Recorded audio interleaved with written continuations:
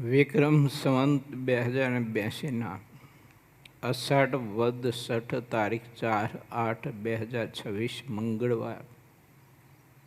વાલા ભક્તો, શ્રી હરિચરિતામૃત ગ્રંથની આપણે કથા ચાલી રહી છે. ભગવાન સ્વામિનારાયણે જે પંચાળામાં ભક્તોને સુખ આપ્યું, મોક્ષ માટેની વાતો કરી, એ બધું જીવા ખાચરના પૂછવાથી ભગવાન શ્રી હરિએ ગઢપુરમાં આવ્યા પછી અતથી ઇતિ બધી જ કથા મહારાજે ફરીને રિપીટ કરી છે અને સૌને મહારાજે તે બધી વાત સમજાવી છે, સંભળાવી છે. એના અનુસંધાનમાં ભગવાન શ્રી હરિએ જે વાત કરેલી છે, ગઢપુરમાં પ્રથમનું 56મું વચનામૃત. મુક્તાનંદ સ્વામી મહારાજને પ્રશ્ન કર્યો કે મહારાજ, ઇન્દ્રિયો, અંતકરણ, દેહ, સ્થૂળ, સૂક્ષ્મ અને કારણ, ત્રણ દેહ,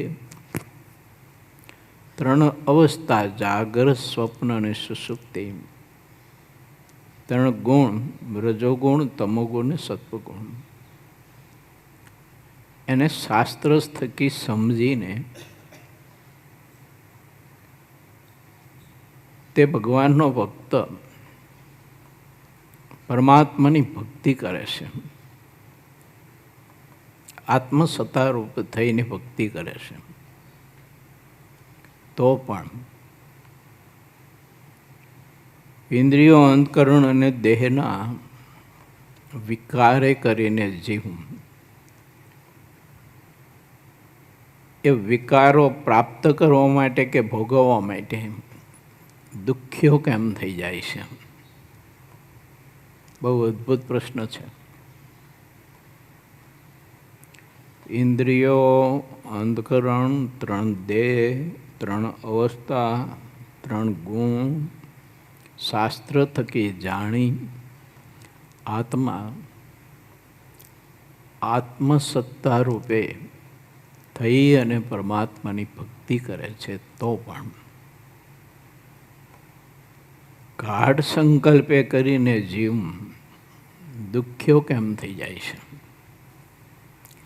કે એના સંકલ્પ પૂર્તિ ન થાય એટલે જીવ દુખ્યો થઈ જાય છે. સંકલ્પ પૂર્તિ થાય તો પણ દુખ્યો થઈ જાય છે. કેમ? તો કે વધુ બદ્ધ થાય છે. આનું શું કારણ? ત્યારે શ્રી હરિ બહુ અદ્ભુત વિચાર બતાવ્યો છે. મારે તમારે વિચારને ખૂબ જ વાગોળવા જેવો છે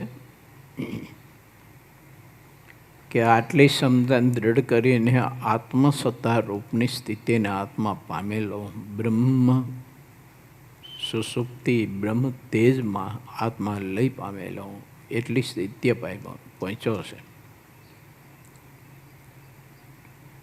અને લોકાંતરમાં ગતિ પણ કરી શકે છે, પોતાનું રૂપ પણ બદલાવી શકે છે, આકાશમાં ઉડી શકે છે, જળ ઉપર ચાલી શકે છે. આવું સામર્થ્ય પામ્યો છે. તો પણ સંકલ્પે કરીને જીવ દુખ્યો કેમ થાય છે? મહારાજ કહે છે, ઘણા બધા સિદ્ધ થાય છે, ઘણા બધા સર્વજ્ઞ થાય છે, ઘણા બધા આત્મસત્તા રૂપે થાય છે. તે ભગવાનની ઉપાસનાના બળે કરીને થાય છે.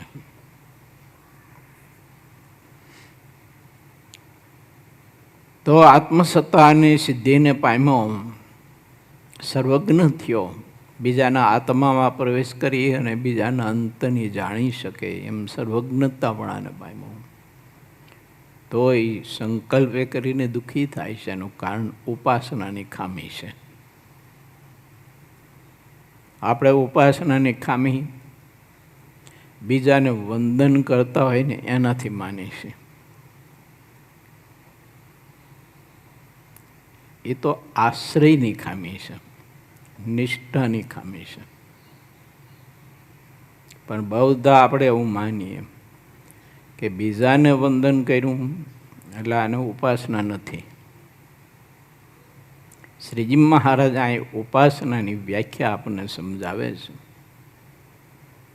કે એ બધી સિદ્ધિને જે આત્મા પામે છે ને તે ઉપાસનાના બળે કરીને પામે છે. માટે મહારાજ કહે છે કે શાસ્ત્ર અને સંતની વાત સાંભળીને કોઈ એવું માને કે હું આત્મસત્તા રૂપને પામી જાઉં, સર્વજ્ઞતાને હું પામી જાઉં, મહારાજ કે ભગવાનની ઉપાસના વિના શક્ય નથી.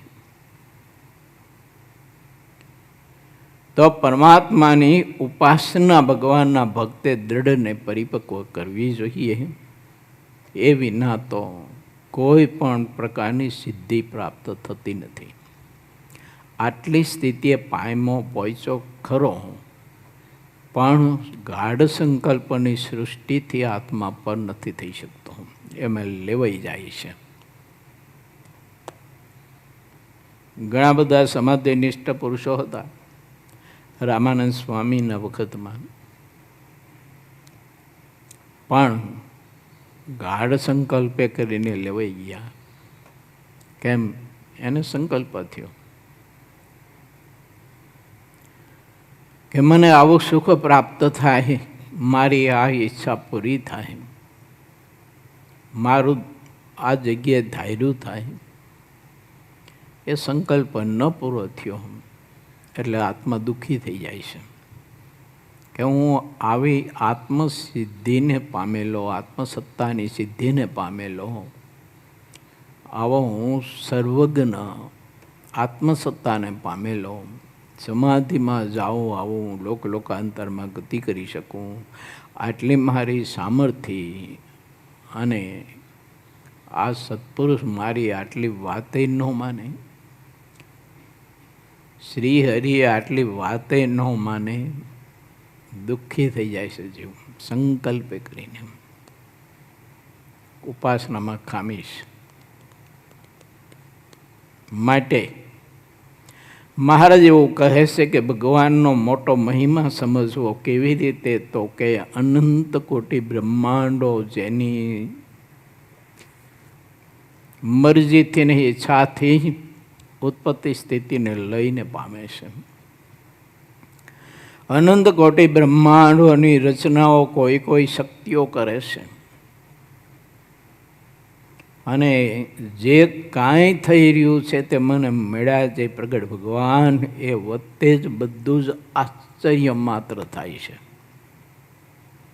એ મને મળ્યા જે ભગવાન, એ સિવાય એની મરજી સિવાય તો કોઈથી એક તરણલોય પણ ઘાસને એક હળી પણ કોઈથી તૂટે એમ નથી.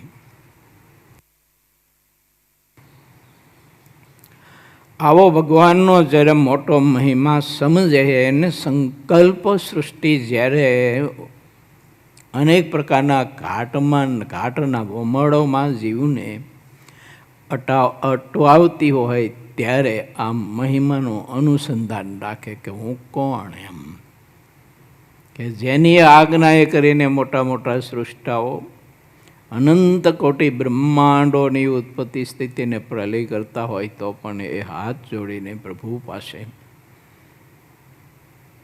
મોટા મોટા મહામુક્ત પુરુષો બ્રહ્માંડોને ઉથલ પાથલ કરી શકે ને બ્રહ્માંડોનું વહન કરી શકે એમ એવા મહાસમર્થ મુક્ત પુરુષો એ પણ હાથ જોડીને ભગવાન પુરુષોત્તમ નારાયણ પાસે દાસ ભાવે વર્તે છે.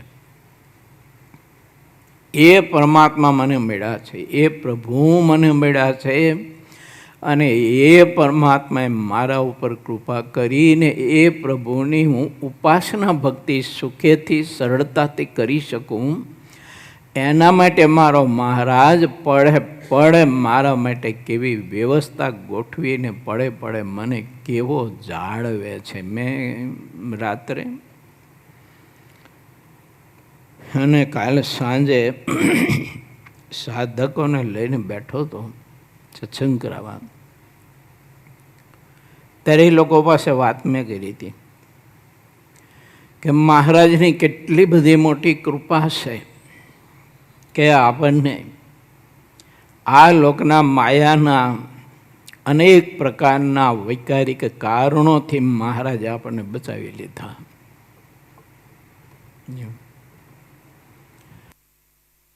નહીતર જીવ ગ્રસ્તાશ્રમમાં જોડાયો હોય, અનેક ઉપાધિઓ, અનેક દુઃખ, અનેક અપમાનો, આખો દિવસ જોબ કરતો હોય, થાયકો પાયકો હોય, બિઝનેસ કરતો હોય, તો તે બિઝનેસની જવાબદારીઓ આખો દિવસ સંભાળી, કર્મચારીઓ સાથે લમણાચીક કરી હોય, માલ સપ્લાય કરવાવાળા ડીલરો સાથે લમણાચીકો કરી હોય, ભાવ તાલમાં બધું સરખું આવ્યું હોય ન આવ્યું હોય, એટલી આખા દિવસની ઉપાધિ અને ઘેર આવે ત્યારે ઘરનું સીધું જ બેઠકા ભરવા માંડી પડે. તું ટાઈમે આવતો નથી, સમયે આવતો નથી, તારે અમારી કંઈ પડી નથી, તારા ઘરમાં કંઈ ઠેકાણા નથી, કોઈ પદાર્થના ઠેકાણા નથી, આ વસ્તુ મગાવી હતી તું લાવ્યો નહીં, તું હાવ ગાંગડા જેવો, સામને તું ભટકાણો, મારા બાપને પણ ખબર નહીં હું કમાતું જી મને તને આપી. ઓલો આખા દિવસનો થાકીને લોથ થઈ ગયો હોય તો સ્ત્રીને એટલો વિચાર ન આવે, એટલી દયા ન આવે એના ઉપર કે આખા દિવસનો થાક્યો પાક્યો છે તો અત્યારે તો બેઠકા ન જ ભરાય, પછી શાંતિથી ભરવાય તો 2 કલાક 3 કલાક જવા દઈ અને પછી ધડબાડટી બોલાવાય. પણ જેવો આવ્યો ને એવો સીધો જ ઉધડો લીધો. અને મેં સાધકોને કહ્યું, મેં કીધું આ બધી ઉપાધિથી મહારાજે આપણે બચાવી લીધા છે. કેટલી મોટી કૃપા કહેવાય મહારાજની. બીજું, જ્યાં જોબ કરતો હોય ને ત્યાંના મેનેજર ને માલિક ને બીજા કર્મચારીઓ એની ગાયડો ખાતો હોય, એના અપમાન સહન કરતો હોય. આ તો પાછું બધું મુખવાસમાં લટકામાં બધું. આ એક હરિભગત મને કહેતા હતા, નાની ઉંમર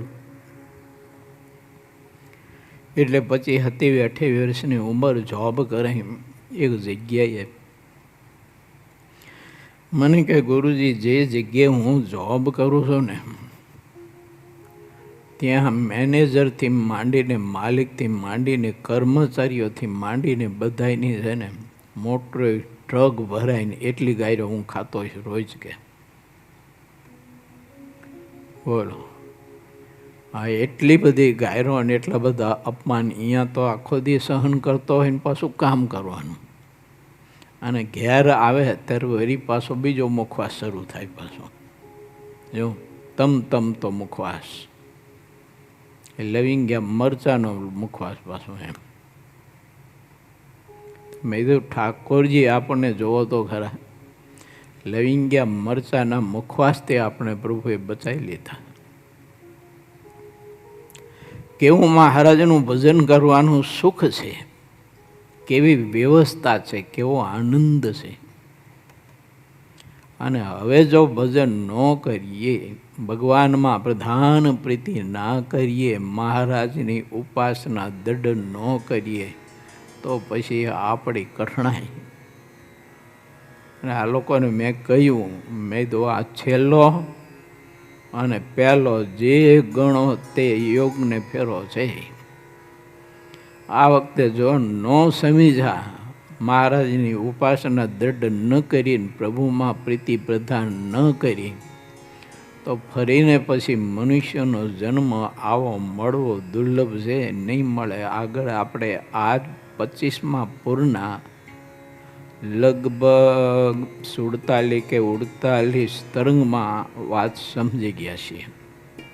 સિદ્ધાનંદ સ્વામીએ લખ્યું હતું કે મનુષ્યનો દેહ નહીં આવે, કૂતરા, ગધેડાનો, સર્પનો, વીંછીનો, કીડાનો, મકોડાનો, પહાડનો, વૃક્ષનો, પથ્થરનો, જળચર, સ્થળચર, આકાશતળ પ્રાણીઓના દેહ આવશે.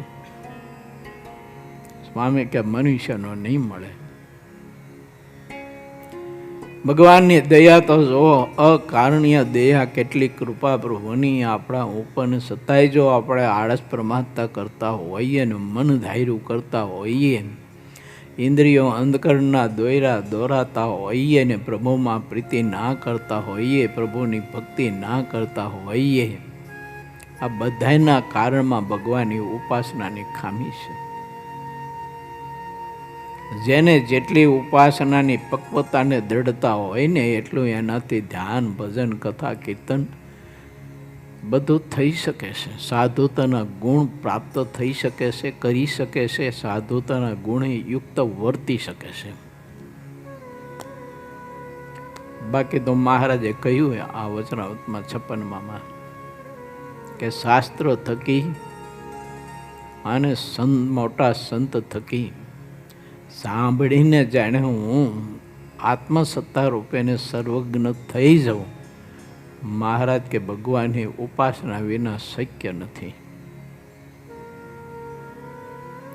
અને ભજન પણ મહારાજની ઉપાસના હશે તો જ થશે. અને જેવી ઉપાસનાની પક્વતા હશે ને એવું જ એટલું જ ભજન થાય છે. જોખીને સમય હશે, શરીર હશે, ભજન કરાવનારા હશે. મારી તમારી પાસે બળજબરીથી આપણે ન ગમતું હોય તો આપણે આંખે થઈને પણ આપણે ભજન કરાવનારા હશે તોય નહીં થાય. કારણ કે ઉપાસના જ નથી ને ભગવાનમાં પ્રીતિ નથી. બહુ અદ્ભુત વિચાર મહારાજે આપણને આપણી જે ચાલુ કથા ચાલી રહી છે એના અનુસંધાને અદ્ભુત વિચાર પ્રભુએ આપણને આપ્યો છે. જેવા ખાચર, દાદા ખાચર ગઢબોરવાસીઓ પાસે મહારાજ કહે છે કે હે ભક્તજનો, ગઢબોરવાસીઓ, અમે પંચાળામાં આવી બધી વાતો કરી હતી. ઉપાસનાની દૃઢતા કરાવવા માટે મહારાજ કહે છે કે અમે બધા જ ભક્તોને ખૂબ જ વિસ્તારથી, ઊંડાણપૂર્વક અને ઝીણી ઝીણી બધી વાર્તાઓ કરી હતી કે દેહાત્મ બુદ્ધિથી બહાર આવજો. દેહાત્મ બુદ્ધિ નહીં રાખતા, જ્યાં સુધી દેહાત્મ બુદ્ધિ રાખશો ત્યાં સુધી ઉપાસના પરમાત્માની સમજવી શક્ય નથી. એટલે ભગવાનનો ભક્ત દેહાત્મ બુદ્ધિથી પર થાય, ભૂલે ત્યાં સુધી આશ્રમનું માન નહીં ભૂલાય, વર્ણનું માન નહીં ભૂલાય, ગુણનું માન નહીં ભૂલાય, જ્ઞાનનું માન નહીં ભૂલાય, ધ્યાનનું માન નહીં ભૂલાય, ભજનનું માન નહીં ભૂલાય. દેહાત્મ બુદ્ધિ જ્યાં સુધી નહીં ભૂલાય, નહીં મુકાય ત્યાં સુધી આપણે જે કંઈ અચકંચી સાધન કરતા હોય તેનું માન નહીં ભૂલાય. હું ત્યાગી છું, હું સાધુ છું. પછી પાડા હોય કે સાધક હોય કે હરિભગત હોય એને તો હાવ એ નિમ્ન માનતો હોય છે, હવે તુચ્છ માનતો હોય છે. આ બધા ગ્રસ્ત રહ્યા. આ શું સમજે જ્ઞાનમાં? આ શું સમજી શકે? એમ આશ્રમનું અભિમાન દેહાત્મ બુદ્ધિના કારણે જીવને બહુ જ પીડા આપશે, દુઃખ આપશે, અનેકના અપરાધો કરાવશે. હું સાધુ થઈ ગયો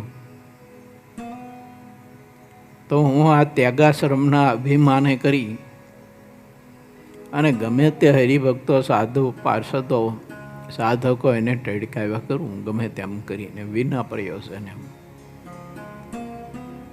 તો એ મારી દેહાત્મ બુદ્ધિ છે, મને પકડાતી નથી. અને પકડાતી નથી, એટલે જેને તેના અપમાન કરવાનું છૂટતું નથી. મહારાજે કહ્યું છે કે ભીમસેન જેવા આંખો કાઢીને ડારો દેનારા તો આ ધરતી ઉપર અનેક ઘણા બધા હોય, પણ યુધિષ્ઠિર રાજા જેવા સાધુતા રાખે તો કોઈક જ હોય મારા બાપ. એ ઉપાસનાને યોગ્ય કરીને એ સમજણ આવે છે. ઉપાસના વિના એ સમજણ શક્ય નથી. દાસત્વ પણ મારે તમારે દ્રઢ ને પરિપક્વ કરવું હોય, ભગવાનને ભગવાનના સંત ભક્તના દાસાનો દાસ થઈને જો આપણે રહેવું હોય તો ઉપાસના શુદ્ધ કરવી પડશે, તો જ રહી શકાય છે, બાકી નહીં રહી શકાય. જાણતા હશું બધું, કેમ કે શાસ્ત્ર થકી તો બધું આપણે જાણીએ છીએ, શ્રવણ કરીએ છીએ, કથા સાંભળીએ છીએ, વાંચીએ છીએ, એટલે જાણીએ છીએ કે દાસના લક્ષણ શું. ભગવાનનો જે દાસ થયો હોય તો એને કેવી રીતે રહેવું જોઈએ, કેવું એનું જીવન હોવું જોઈએ, જાણતા તો હોઈએ આપણે, પણ એવું જીવન થતું નથી. એમ ભગવાનના ભક્ત પાસે નિર્માનીપણે રહેવાતું નથી. હાથ જોડીને દિન ભાવે દિન આધીન થકો રહીને એની ટેલ ચાકરી આપણાથી થઈ નથી શકતી. કારણ દેહાત્મા બુદ્ધિ છે. એટલે દેહાત્મા બુદ્ધિ તો બધી જગ્યાએ ડાટા મારી દે. જે સારી વાત સિદ્ધ કરવાની હોય ને સારા અંગ દૃઢ કરવાના હોય ત્યાં દેહાત્મા બુદ્ધિ બધી જગ્યાએ ડાટા મારી દે અને આપણો દાટ વારી દે આત્માનો. એવું ભૂંડું કરાવે, એવું ભૂંડું કરાવે, કોઈ કલ્પના ન કરી શકીએ આપણે. શ્રીજી મહારાજે પ્રથમ પ્રકરણના 56ના વચરામૃતમાં અને પંચાળામાં જીણાભાઈના દરબારમાં સંત હરિભક્તો પાસે જે અમૃત પીરસ્યું છે એ અમૃત તમારી પાસે મેં મૂકવા માટેનો પ્રયત્ન કર્યો છે. હું પણ વિચારું, તમે પણ વિચારો કે અત્યાર સુધીમાં આપણે દેહાત્મ બુદ્ધિ કેટલી છોડી શક્યા છીએ. જે વાતનું આપણને માન આવતું હોય છે ને જે વાતની આપણે પીડા થતી છે, આપણા સંકલ્પ પૂરા નહીં થતા હોય, આપણું ધાર્યું નહીં થતું હોય, અને એની જ્યાં જેવી આપણને પીડા થતી છે, બધાયનું કારણ દેહાત્મ બુદ્ધિ છે. એટલે આપણે દેહાત્મ બુદ્ધિ હજુ ટાળી નથી શક્યા. આત્મા અનાત્માની વ્યક્તિ ચોખ્ખી કરી નથી શક્યા. કરવી જોઈએ, કારણ કે આ દેહના જે ગુણ છે એ આત્માને વિશે એકેય આવનાર નથી, અને આત્માના ગુણ છે તે દેહને વિશે પણ આવનાર નથી. ચાહે એટલો આપણે પ્રયત્ન કરીએ પણ એ પરમાત્માની વ્યવસ્થા જે બાંધેલી છે એને બદલાવી કોઈ ના શકાય. તો જે નાશવંત છે, હાડકાનો માંસનો લોચો છે, એનું અભિમાન શા માટે? એમ બ્રહ્માનંદ સ્વામીએ લખ્યું છે, જગત મેં જીવવાના થોરા.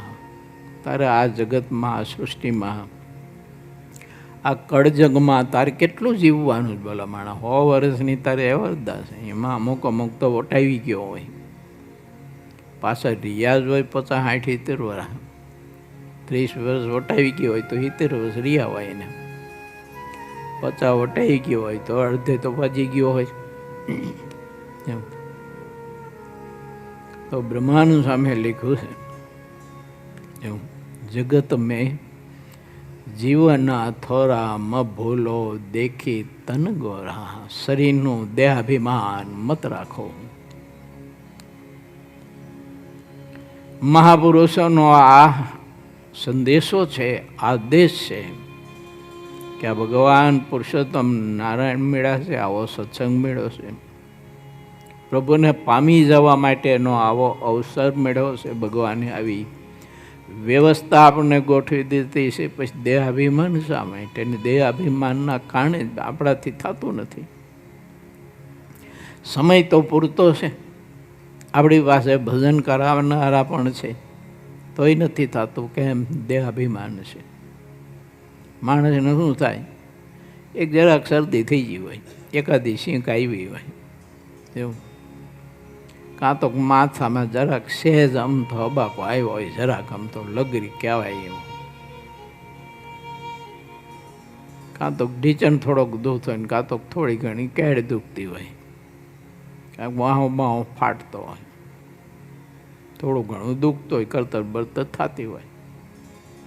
આટલી વાતમાં તો એવું માની બેસ્યો કે મારો દેહ પડી ગયો, એ ગયો હું, આખું બ્રહ્માંડ ભાંગી પડ્યું, એવું દુઃખ માને અને પ્રભુને ભજવાનો સમય ને અવસર ચૂકી જાય જીવ. અને એ ચૂકેલો અવસર ચૂક્યા મેહુલા. પછી દાંતેડું લઈને જાય વાઢવા તો હું ભંઠી હાથમાં આવે. સમય હતો ત્યારે વાવેતર કર્યું નહીં, હોઈ રહ્યો 800નો પીર, પછી સીનો પાક છીનો લઈ. માટે વિચારું આપણે શ્રી હરિએ મર્યાદા જે બાંધી છે, મહારાજ કે મર્યાદામાં રહેશે તો મોક્ષ થાય છે જીવનો, નહીતર મોક્ષ નહીં પામે. ગઈકાલની કથામાં હતું 51મા તરંગમાં છેલ્લી ચોપાઈમાં વાત હતી, તેને આપણે શ્રવણ કરી ચૂક્યા, સમજવા માટે પ્રયત્ન પણ કરી ચૂક્યા.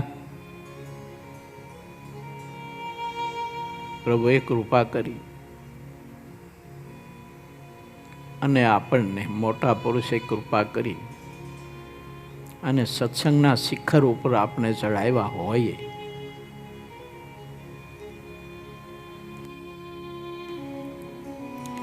કે સુખના શિખર ઉપર આપણે ચડાવ્યા હોય, કે સગવડતાની ના શિખર ઉપર આપણે પહોંચાડ્યા હોય, તો એ શિખર ઉપર ચડ્યા પછી પગથિયાને મત ભૂલીએ. પ્રથમ પહેલું પગથિયું એવું એને ભૂલી નહીં. ભગવાનના મોટા પુરુષ નહીં, એ તો આપણા માતા પિતા નહીં, યા તો આપણા કોઈ પણ હિતે શું આપણો પથદર્શક, તો એની કૃપા ન ભૂલે કોઈ દિવસ. માણસે પ્રથમ પગથિયું યાદ રાખવું પડે. ઘણા એવા સજ્જન પુરુષો હોય છે, ઘણા એવા સંત પુરુષો હોય છે કે પ્રથમ પોતે પગથિયું શિખર ઉપર ચડવા માટેનું જે હતું એને તને મદદ કરી એટલે તું ઉપર ચડી શકો છો. તો એને ઘણા એવા પુરુષો હોય છે કે કદી ભૂલતા નથી હોતા એને. આના કારણે જ હું સત્સંગમાં છું, આની કૃપાથી જ હું સત્સંગમાં ટક્યો છું. આ ઘણી વખત તો આપણું મન આપણને છે ને ઉપાડે ચડાવતું હોય. ભગવાનના સત્પુરુષ સમજાવીને પાછું ઉભરો બેસાડી દે. અમને છે ને ઘર છોડ્યા પછી ત્યાગાશ્રમમાં જોડાઈને પછી બહુધા સમજણની પક્વતા ન હોય, ઉપાસનાની દૃઢતા ન હોય, એટલે ભગવાનમાં પ્રધાન પ્રીતિ ન હોય, એટલે 2-3 એટેક આવે એને. સંસારમાં પાછા જવાના.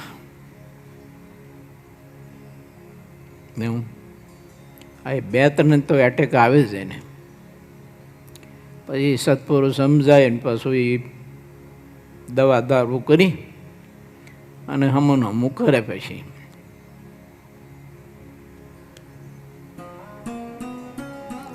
હવે જો એ સત્પુરુષની કૃપાને ન ભૂલે, પહેલા એટેકે સત્પુરુષની કૃપા ન ભૂલે કે આ સંતે મારા ઉપર દયા કરી અને મને આ એટેક આવ્યો એમાંથી બચાવી લીધો. મહારાજની આટલી બધી કૃપા છે ભગવાન ભજવાની, એમાંથી મને બચાવી લીધો, બહાર ન જવા દીધો. આ સત્પુરુષની મારા ઉપર કેટલી કૃપા, કેટલી દયા.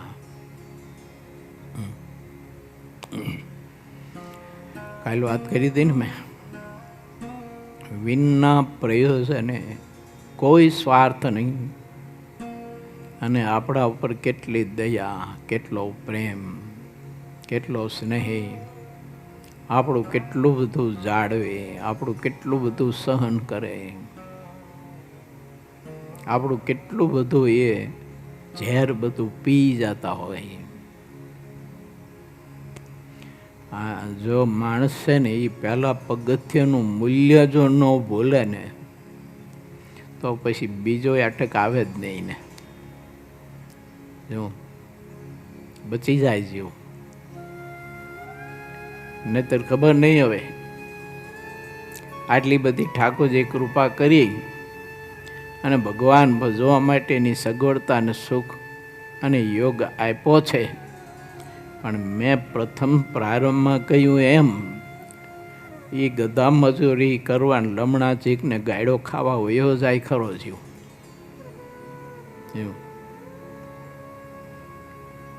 કારણ કે દેહાત્મ બુદ્ધિ છે, એટલે માટે દેહાત્મ બુદ્ધિ તો બહુ ખતરનાક છે, બહુ જીવનું ભૂંડું કરે, અતિશય બગાડે છે જીવનું. ચાલો, મહારાજ ગઢપુરમાં વધાર્યા અને આવી બધી સરસ મજાની વાતો કરે છે. એ કથામાં આગળ આપણે પ્રવેશ કરીએ. પોર 25મો તરંગ 52માં કચ્છમાં મંદિરનું કામ ચાલે છે અને બ્રહ્મમુનિને મંદિર કરવા માટે વડતાલ શ્રીહરિએ મોકલા. વળી મુક્તાનંદ સ્વામીએ દાદા ખાચરના પ્રત્યે જે શ્રી હરિચરિત્રની વાત કહી તે જેમ છે તેમ સૌ હરિભક્તોની આગળ હું કહું છું. શ્રી હરિ રાત દિવસ જીવનનો મોક્ષ થાય એવું ઈચ્છતા રહેતા તથા સહુની સંમતિ પણ ઈચ્છતા હતા.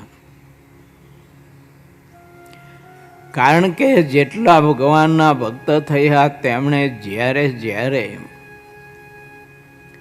ભગવાન શ્રીહરિને પ્રાર્થનાની વિનંતી કરીને ત્યારે મહારાજ યોગ્ય હોય ને એની સંમતિ લેતા અને પછી મહારાજ તે ગામે પધારતા. ધર્મ યાત્રાએ મહારાજ નીકળતા. આપણને બતાવે છે, સંકલ્પ થાય ને ઠેલા ભરીને ઉપડી ન જાઓ. પૂછવા જોગ છે ને એને પૂછો, એની મરજી હોય તો તમે જાઓ. ધર્મ યાત્રા હોય તો પણ એની મરજી હોય તો જાઓ, ના મરજી હોય તો ધર્મ યાત્રાએ પણ ન જાઓ. કેમ કે એ તમારી દેહાત્મ બુદ્ધિને મનધારી યાત્રા થાય છે. તો દેહાત્મ બુદ્ધિ સાથેને મનધારી યાત્રા તમારું ભૂંડું કરશે. છે ધર્મ યાત્રા તોય ભૂંડું કરશે. તોય જીવને ભગવાનની ઉપાસનાથી, ભક્તિથી, પ્રભુની ભગવાનના સ્વરૂપની વિશે પ્રીતિથી તમને બહુ જ દૂર કરશે. એટલે સ્વતંત્ર રીતે તો કોઈ આત્મા ત્યાગી ગ્રસ્ત બાયો ભાયો એ ધર્મ યાત્રા ન કરે, એમ સ્વતંત્ર રીતે જીવન ના જીવે. તમે ભલે ગ્રસ્ત હોય પણ તમારે સ્વતંત્ર જીવન ન જીવાય. માથે કોઈ સત્પુરુષ તો હોવા જ જોઈએ. અમે ભલે ત્યાગી થઈ ગયા પણ સ્વતંત્ર જીવન ન જીવાય. માથે કોઈ સત્પુરુષ તો હોવા જોઈએ. બરાબર, જો એની મરજીને સમજવા માટે પ્રયત્ન કરવો જોઈએ. એની મરજી શું છે એ જાણ્યા વિના, જોયા વિના, વિચાર્યા વિના દોટ દેવીની બધી આંધળી દોટ કહેવાય. અને એ આંધળી દોડ તો ગમે ત્યાં આપણે ભટકાય અને લમણા ફૂટી જાય, ભયંકર એક્સિડન્ટ થાય. કલ્પના ન કરી શકીએ એવા એક્સિડન્ટ થયેલા છે મહારાજના વખતમાં.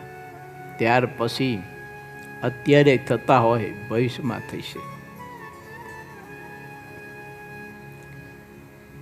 નિર્વિકલ્પાનંદ સ્વામીને થયું કે ન થયું ભયંકર એક્સિડન્ટ? બુઢા દાદલને થયું કે ન થયું? આવા તો ઘણા બધાને થયેલા છે એક્સિડન્ટ. એવું માટે વિચારવું આપણે. કારણ કે જેટલા ભગવાનના ભક્ત થયા તેમણે જ્યારે સોમમતીનું ગ્રહણ કર્યું ત્યારે તેનો મોક્ષ થયો છે. કોમમતીનું ગ્રહણ કરવાથી મોક્ષ થયો છે એવું ક્યાંય લખ્યું નથી, થાય નહીં. માટે સુમતી એટલે સારી મતી, એટલે સંસ્કાર, સારો વિચાર પ્રાપ્ત કરવો, એને અનુસરવું. ચાહે તેઓ પંડિત હોય તો પણ જ્યાં સુધી તે હરિભક્ત ન થાય ત્યાં સુધી તેને પોતામાં રહેલી દુર્બુદ્ધિ દેખાતી નથી. જે સમજણ વગરના લોકો છે તેઓ એવું બોલે છે કે ભગવાનને પામવાના સાધનો ભગવાન કરાવે તો થાય, એમ કહીને તેઓ ભગવાનને ભજવાના જેટલા સાધનો છે તેને મિથ્યા કરી નાખે છે. એવા લોકો ક્યારે ભવસાગરને તરી શકતા નથી. જેને ભગવાનને પામવાના સાધનોનું કામ હોય છે તેઓ તે સાધનોને સત્ય માને છે. પ્રથમના 17ના વચનામૃતમાં પણ આ વાત દોહરાવી છે. ભગવાન કરાવશે તો આપણાથી થશે, આવી હિંમત રહિત વાત મહારાજ કે ભગવાનના ભક્તે કોઈ દિવસ કરવી નહીં. કોઈ કરતો હોય તો એનો સંગ પણ ન કરવો. અને કર્યો હોય કદાચ સંગ એનો ઘડી બગડી સમાગમ કર્યો હોય તો મહારાજ કે ઉપવાસ કરીને શુદ્ધિ કરજો. આવો સંકલ્પ થઈ ગયો હોય તો ઉપવાસ કરજો મહારાજ કે. એનું પ્રાયશ્ચિત આપ્યું મહારાજે, દંડ આપ્યો. નહીતર ફરીને એવો સંકલ્પ થાય છે પાછો જો દંડ નહીં આપીએ તો. આપણાથી થોડુંક થતું હોય છે. ઘણા બધા વ્યસનીઓ આવે ને મારી પાસે, તે વ્યસન મૂકવાની વાત કરી તો કે ભગવાન બળ આપે ને ભગવાન મુકાવે તો મુકાય કે. એટલે ભગવાન બળ આપે એ બરાબર છે, પણ મૂકવું તો તારે જ પડે ને કે એ ભગવાન મુકાવે. બળ આપે ઠાકોરજી, કૃપા કરે, હિંમત આપે, આત્મબળ આપે, વિશ્વાસ આપે, કૃપા કરે ભગવાન, પણ મૂકવું તો તારે પડે. એ કે ભગવાન મુકાવે તો મુકાય કે. તો પછી તલવારનું ઠૂંઠો લઈને જ્યારે ગયો તેથી ભગવાન આવ્યા તો હારે તને પરણાવા. તો તેથી કેવું હતું ને તાર બાપાને કે ભગવાન પરણાવે તો પરણાય એમ. તેથી તો હાઈલો ગયો હતો એમ નામ રઘવાયો થઈને. એવું કોઈને પૂછવાય નહોતો રહ્યો. માણસ છે ને એ કાંઈ વિચાર કર્યા વગર જ બકવાત કરતો હોય ને બોલતો હોય છે. તો કે ભગવાન છોડાવે ને તો છૂટે, કે પોતે છોડવું પડે. વ્યસન પોતે મૂકવું પડે, પોતે છોડવું પડે. અને વ્યસન છે ને જેના વિના ન ચાલે એ બધા વ્યસન કહેવાય. જેના વિના ન ચાલે એ બધા જ વ્યસન કહેવાય. માટે વિચારો, જેનું જે કામ હોય તે કરે એમ વિવેકી સમજે છે. જેટલું ભગવાનનું કામ છે તેને ભગવાન કરતા રહે છે, કાળનું કામ કાળ કરતો રહે છે, કર્મનું જે કામ છે તે કર્મ કરતા રહે છે. આમ જે સમજે છે તેને વિવેક છે, પણ તે બધાને એક કરીને કહે તે અવિવેકી કહેવાય. અમુક ભગવાન વતે થતું હોય, અમુક કાળ વતે થતું હોય, અમુક કર્મ વતે થતું હોય, અમુક માયા વતે થતું હોય, અમુક દેહાત્મ બુદ્ધિના યોગ્ય કરીને થતું હોય અને અમુક સંગ દોષથી થતું હોય, અમુક અવસ્થાના વેગના યોગ્ય કરીને થતું હોય છે. બધું જ ભગવાન નથી કરાવતા. એવું અધર્મ કરવો હોય તો એ ભગવાન કરાવે, એ તો દેહાત્મ બુદ્ધિ કરાવે છે. કોઈ કોઈને સંગ કરાવે છે. પહેલાં વ્યસન ન હોય પણ પછી થઈ જાય છે. ક્યાંથી આવ્યું? સંગે કરીને આવ્યું. ઘણા બધા હરિભક્તો એવા હોય છે, સંતોના સમાગમમાં હોય છે, સંતો ખૂબ મહેનત કરી હોય છે, સમાગમ ખૂબ કરાવતા હોય છે, કલાકો સુધી એની પાસે કથા વાર્તા કરતા હોય છે. અહીં છોકરા બધા બેઠા, પુરુષોત્તમને બધા પૂછો એને, હિરણને બધાને. એ નાના નાના હતા ને, અને મંદિરે આવતા ને સીતા દરવાજે, ત્યારે બબ્બે કલાક સુધી, સવારે 2 કલાક સુધી, સાંજે કથા વાર્તા કરતો એની પાસે. હું આવ નાની ઉંમરથી ત્યારે તો. ત્યાર પછી અહીંયા ગુરુકુળનું નિર્માણ થયું તો લગભગ એ લોકો પૈણા તે પહેલાં અહીંયા આવતા તો 2 કલાક 3 કલાક સુધી હું કથા વાર્તા કરતો એમની પાસે. એ બધા એનો અનુભવ પૂછો. પણ ઘણા બધા જીવ છે ને એ દેહાત્મ બુદ્ધિ વર્તતા હોય ને, એટલે ભગવાને મહારાજે આપેલું સુખ એનું મૂલ્ય સમજી શકતા નથી, વિચારી શકતા નથી. તે પૂજા પાઠ મૂકી દે. બોલો, બહારનું ખાવા પીવાનું કદે ચાલુ, હોટલોનું, લારીઓનું બધું. એની પાસે કેટલી મહેનત કરી હોય ઠાકોરજીએ. માણસ છે ને શિખર ઉપર ચડ્યા પછી પહેલા પગથિયાની કૃપા ભૂલી જાય છે.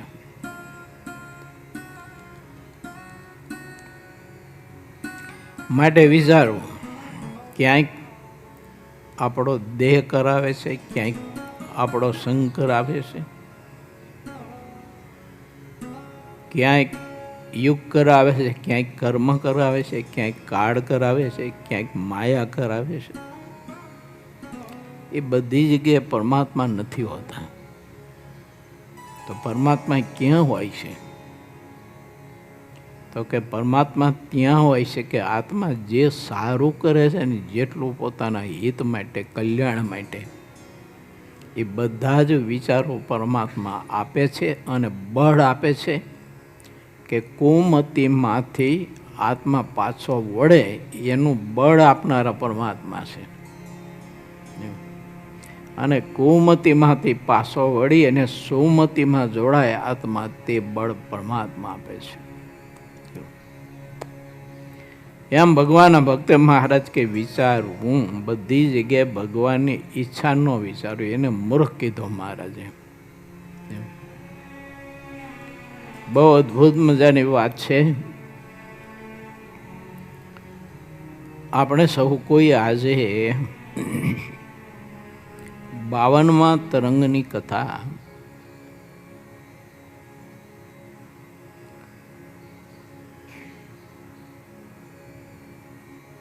છઠ્ઠી ચોપાઈ સુધી લીધી છે. 7મી ચોપાઈની કથામાં આવતીકાલે આપણે પ્રવેશ કરશું. મહારાજ આ બધી વાતો ગઢપુર વાસીઓ પાસે કરી રહ્યા છે. અને મહારાજે જે આનંદને સુખ આપ્યું તો પંચાળા વાસીઓને, એ આનંદની અને તે સુખોની પણ મહારાજ વાત ક્યારેક ક્યારેક ભોજન જમતા જમતા કરતા, ક્યારેક સંતોની પંગતમાં પીરસતા કરતા, ક્યારેક મહારાજ ગઢપુરથી દાદાના દરબારમાંથી લક્ષ્મી બાગે જતા હોય ત્યારે લક્ષ્મી બાગે જતા જતા રસ્તામાં ચાલતા મહારાજ આવી વાતો કરતા.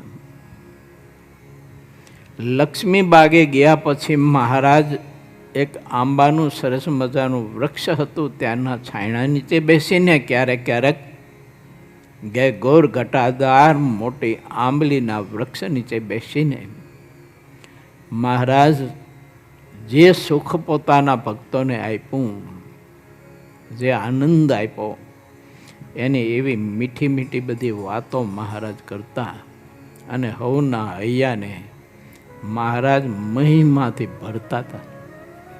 બધાના હૈયા મહિમાથી ભરાતા હતા કે ઓહો, મહારાજે પંચાળામાં ભક્તોને કેવો આનંદ આપ્યો, કેવું સુખ આપ્યું. પરમહંસોને, સંતો, પાર્ષદો, બ્રહ્મચારીઓ, હરિભક્તો બધાને મહારાજે પીરસી પીરસીને કેવા ભોજન કરાવ્યા. કોઈને મસ્તક ઉપર હાથ મૂકીને મહારાજ બાથમાં લઈ લઈ અને ખૂબ જ ભેટા. કોઈને ચણાવિંદ છાતીમાં આપ્યા, કોઈને ચણાવિંદ મસ્તક ઉપર આપ્યા, કોઈને ચણાવિંદ ચાદરમાં છાપી આપ્યા, કોઈને ઘેર વિના આમંત્રણ સવારના પહરમાં મહારાજ શિરામણ કરવા માટે સામે ચાલીને આવ્યા ને શિરામણ કરવા માટે મહારાજ બેસી ગયા ઘરની ઓસરીમાં. એ તાજું દહીંનું ઓલવણું કરેલું હોય ને તાજી છાશ અને માખણ ને બાજરીનો રોટલો,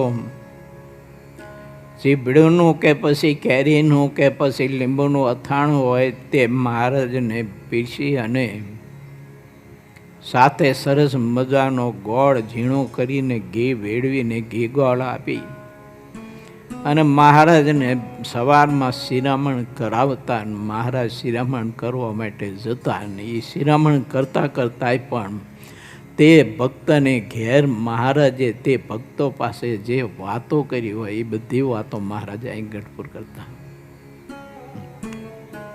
કેવું સુખ અને કેવો આનંદ તે બધા ભક્તોને આવતો હોય છે. આ વાતો સાંભળીને હું ને તમે ભાગ્યશાળી નહીં પણ કૃપાપાત્ર છીએ કે એ જ વાતો આજે આપણને પણ શ્રવણ કરવા મળે છે. કે જે ભગવાન પુરુષોત્તમ નારાયણ પોતે ગઢપુરમાં ગઢપુર વાસીઓ પાસે એ પંચાળામાં ભક્તોને આપેલો આનંદ, એની વાતો જે કરી હતી તે વાતોનો પ્રસાદ આજે પણ આપણને પણ મળી રહ્યો છે. મહારાજની મોટી કૃપા છે. માટે આવો મહારાજ જ્યારે આપણને પ્રસાદ પોતે પીરસી રહ્યા છે તો હવે આપણે ખાટી સાઈઝ પીવા માટે ન જવું ક્યાંય.